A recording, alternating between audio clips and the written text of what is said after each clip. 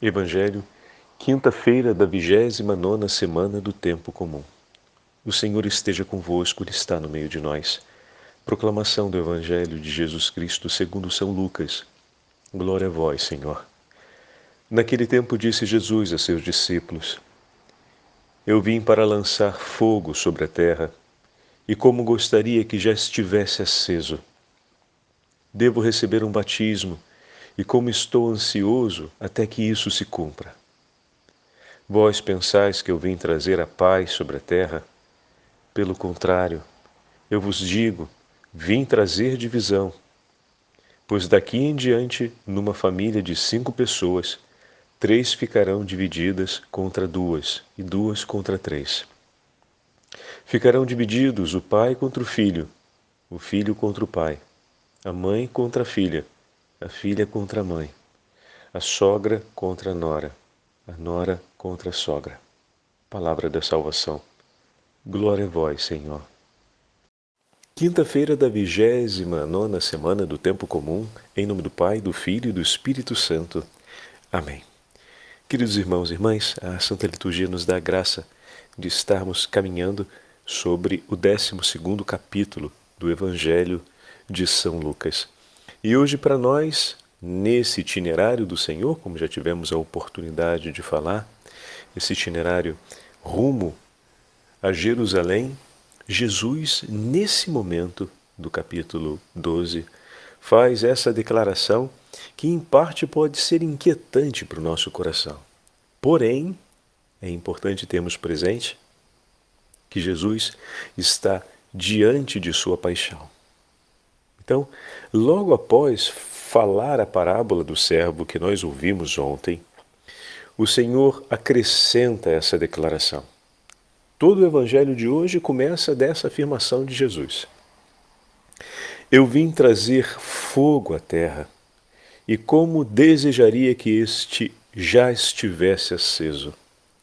O fogo da qual o Senhor nos fala, segundo os nossos irmãos que estudaram a Sagrada Escritura e que nos ajudam a compreender o conjunto dos textos bíblicos, se refere de uma maneira muito clara a essa grande purificação que o Senhor vai realizar na cruz. Que purificação, Padre Fábio? Aqueles que serão lavados no seu sangue. A cruz de Cristo é o divisor de águas da história da humanidade. Todos aqueles que estão feridos pelo pecado, que olharem para a cruz e aos pés da cruz declararem: Senhor Jesus, tende misericórdia de mim, pecador, salva-me. Encontrarão de Deus o perdão e a misericórdia. A imagem da serpente levantada na haste, lembram? Que Moisés fez? A imagem da árvore da vida?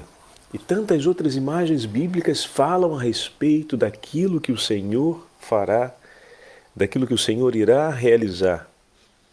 O fogo da purificação abrasadora, o fogo da misericórdia, o fogo do Divino Espírito Santo, como alguns outros autores vão fazer referência ao Espírito Santo de Deus que renova a face da terra, que incendeia os corações, que faz nova todas as coisas. Jesus tem desejo de ver isso acontecendo.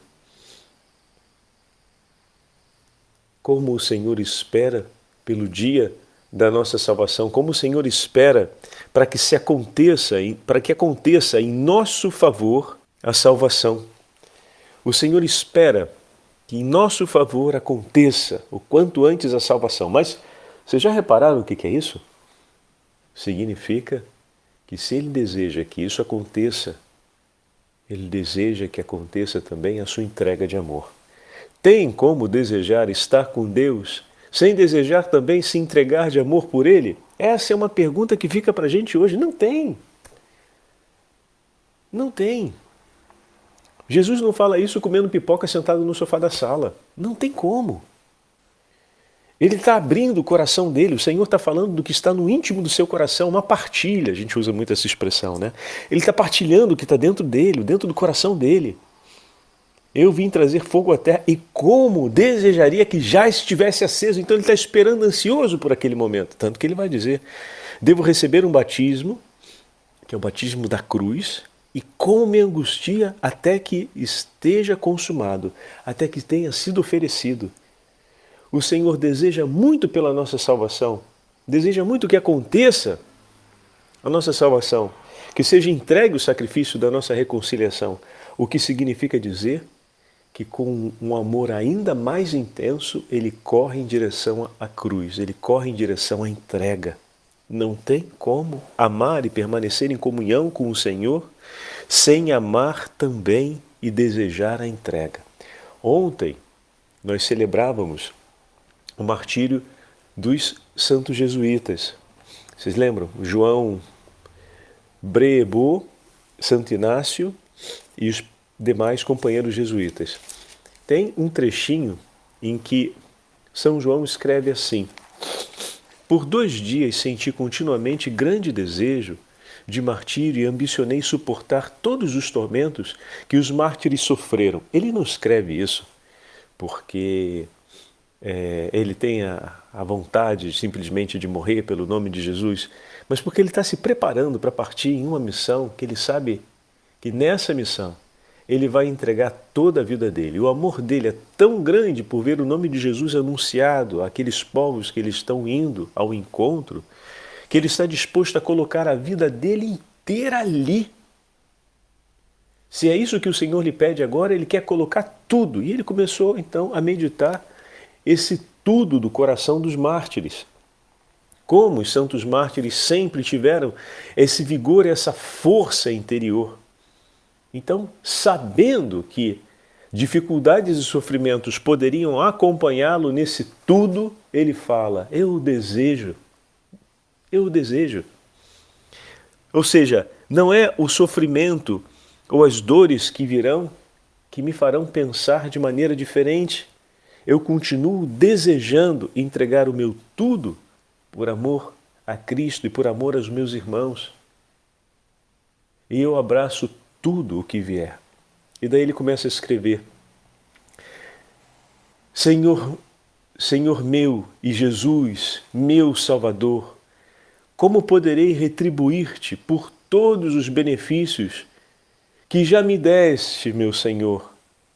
Tomarei de tua mão o cálice de tuas dores e invocarei teu nome por onde eu for. Prometo diante de teu eterno Pai e do Espírito Santo, diante de tua mãe, Maria Santíssima, com seu castíssimo esposo, prometo diante dos anjos, dos apóstolos e dos mártires, e do meu santo Pai, Inácio de Loyola e de São Francisco Xavier. Sim, prometo a ti, meu bom Jesus e Salvador, que eu nunca deixarei, enquanto estiver em minhas mãos, de aceitar a graça do martírio, se a mim, teu mais indigno servo, tu me ofereces em tua infinita misericórdia tal momento. Eu jamais o rejeitarei. Olha que coisa linda que ele está escrevendo. Ele está declarando ao Senhor, antes da sua partida, tudo eu deixo em suas mãos, meu Senhor. E diante do céu, isso faz lembrar tanto a oração da consagração de Guilherme de Montfort, a Beatíssima Virgem Maria, que também é retomada na pequena coroa, quando se diz, dessa mesma forma, deixa eu pegar aqui o texto. Soberana minha e Senhora minha, é perante o céu e a terra, perante os anjos e os santos, que renova a minha escolha de vos ter por minha protetora. Minha mãe, meu abrigo, meu refúgio, vivendo consagrado para sempre ao vosso serviço. É perante o céu e a terra. E aqui nesse momento ele invoca os santos que marcam a sua história de vida, os santos que o acompanham, e quantos mais são aqueles outros que, sem ele saber, o elegeram. para interceder por ele nessa hora. Quantos de tantos outros seus irmãos jesuítas já martirizados e já no céu, que talvez ele ainda não tivesse notícias porque tinham sido martirizados há pouco tempo nas missões da Ásia e do norte da África, e agora na América, talvez em outras partes da América já estivessem começando os outros ciclos de martírio, e já no céu estavam intercedendo por eles. Ele ainda não tinha tido a notícia da morte desses irmãos, mas esses irmãos no céu já haviam eleito ele como sendo aquele que nós iremos cuidar por mandato divino. Toma, cuida desse teu irmão. Amém, Senhor, cuidarei. E assim também por nós, tantas almas santas no céu olham pelas nossas necessidades, porque Cristo Jesus na nossa vida é um divisor de águas. Meu irmão e irmã, quando tomamos essa decisão, como o Senhor, quando também nós olhamos na direção da cruz e nos prostramos aos pés da cruz e dizemos: Senhor, tende piedade de mim, porque sou pecador, misericórdia, e recebemos o socorro de Deus, a misericórdia do nosso Deus em nosso favor, que nos arranca do pecado. Também nós, naquela hora, precisamos declarar com veemência e força, com a mesma confissão interior com a qual Jesus hoje falou no Evangelho: meu Senhor, eu abraço tudo por Ti e entrego tudo por Ti. Toma a tua cruz e segue-me. Todo aquele que chegou até o Senhor, aos pés da cruz, e recebeu o seu perdão e a sua misericórdia, é convidado agora a segui-lo, a viver como Ele, a desejar cotidianamente entregar sua vida, porque não tem como viver na salvação, na graça recebida pelo Senhor, sem fazer da própria vida uma entrega de amor, como Ele fez. E aí começam os nossos problemas. Em que sentido, Padre Fábio? Nem sempre. A sociedade vai reconhecer isso, não reconhece? Quantas vezes, vivendo o Evangelho, vamos ser perseguidos? Quantas vezes o Evangelho vai vir para poder purificar o nosso modo de pensar, iluminar a nossa inteligência, abrir a nossa mente para compreender de maneira mais profunda não só o significado da vida, mas o valor de cada coisa, a reconhecer a dignidade das pessoas. O Evangelho nos leva a pensar de uma forma diferente, porque pensamos com a centralidade em Deus. Aprendemos a amar as pessoas com uma medida nova, que é a medida do coração de Deus. Isso não será acolhido pelo mundo, que se levanta em hostilidade contra aquilo que vem do Senhor, que se faz hostil ao que é de Deus. Pois no mundo o inimigo enfiou também as suas coisas, e muitos são os corações que se confundem e se dispersam. E nessa confusão e dispersão, muitos abraçam o caminho de inimizade, como tivemos já a chance de meditar juntos, né? E se levantam em inimizade contra Deus e contra os filhos de Deus, mesmo sendo nossos irmãos, não deixam de ser nossos irmãos. Mas abraçaram aquilo que o inimigo infernal propôs e tomaram para si como verdade, como suposta fonte de vida. E ignoram, seja o vazio, seja a falta de paz que sentem e permanecem sobre aquilo. E dessa forma a ambição, a ganância, o orgulho, a soberba, a vaidade, a violência, se torna por eles aceita e se torna na centralidade da vida como algo possível, que muitas vezes podem, inclusive, pensar de fazer em nome do Senhor, e desse modo se afastam da possibilidade real da comunhão que se dá quando o coração, junto a Deus, busca aquele que está perdido. E quando encontrando aquele que está perdido, que resiste a voltar para junto do Senhor, então reza pela sua conversão.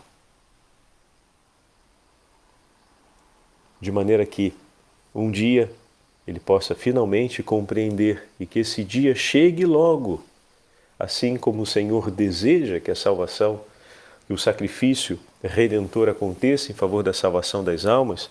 Também é importante que o nosso coração deseje que a conversão, o quanto antes, chegue no coração daqueles que estão longe de Deus, que abraçaram a inimizade a Deus como parte possível para a sua vida.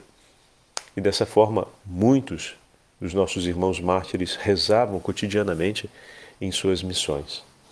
Todo aquele elenco que o Senhor faz depois, na continuidade da parábola, é para mostrar a que ponto se chega essa separação. E os vínculos mais fortes, capazes de sustentar os vínculos humanos, são os vínculos da nossa escolha por Deus. Santo Ambrósio vai escrever sobre isso. E com as suas palavras bem simples, nós podemos compreender um pouco mais a grandeza desse Evangelho. Pensais que eu vim estabelecer a paz na terra? Não. Eu digo que vim trazer a divisão. A partir de agora, estarão 5 divididos numa casa, 3 contra 2 e 2 contra 3. O sentido espiritual tem um papel importante em quase todas as passagens do Evangelho, escreve Santo Ambrósio. Mas tem-no, sobretudo, nesta passagem, que não deve ser rejeitada pela dureza de uma interpretação simplista. Temos de procurar a profundidade espiritual que se oculta nas palavras de Jesus. Como é que ele próprio disse: dou-vos a minha paz, deixo-vos a minha paz. Se veio para separar os pais dos filhos e os filhos dos pais, rompendo os laços que os unem. Como se pode chamar maldito o que trata com desprezo seu pai e sua mãe, e fervoroso o que os abandona? Bom, se compreendermos que a religião vem em primeiro lugar e a piedade filial em segundo, na ordem de grandeza de nossa vida, esta questão fica, enfim, esclarecida. Com efeito, o humano tem de vir depois do divino. Porque se temos deveres com os pais, quanto mais o temos com o Pai dos pais, a quem devemos estar reconhecidos pelos nossos pais. Ele não diz, portanto, que temos de renunciar ao que amamos, mas que temos de preferir Deus por primeiro a todos os outros, e amando a Deus, amar aos outros. Aliás, lemos noutra passagem ainda: quem amar o pai e a mãe mais do que a mim, não é digno de mim. Não estás proibindo de amar os teus pais, mas de os preferir a Deus. Porque as relações naturais, ou seja, a relação com teus pais, são benefícios do Senhor em teu favor. E ninguém deve amar os benefícios recebidos mais do que ama aquele que nos concede o benefício, que é o próprio Deus.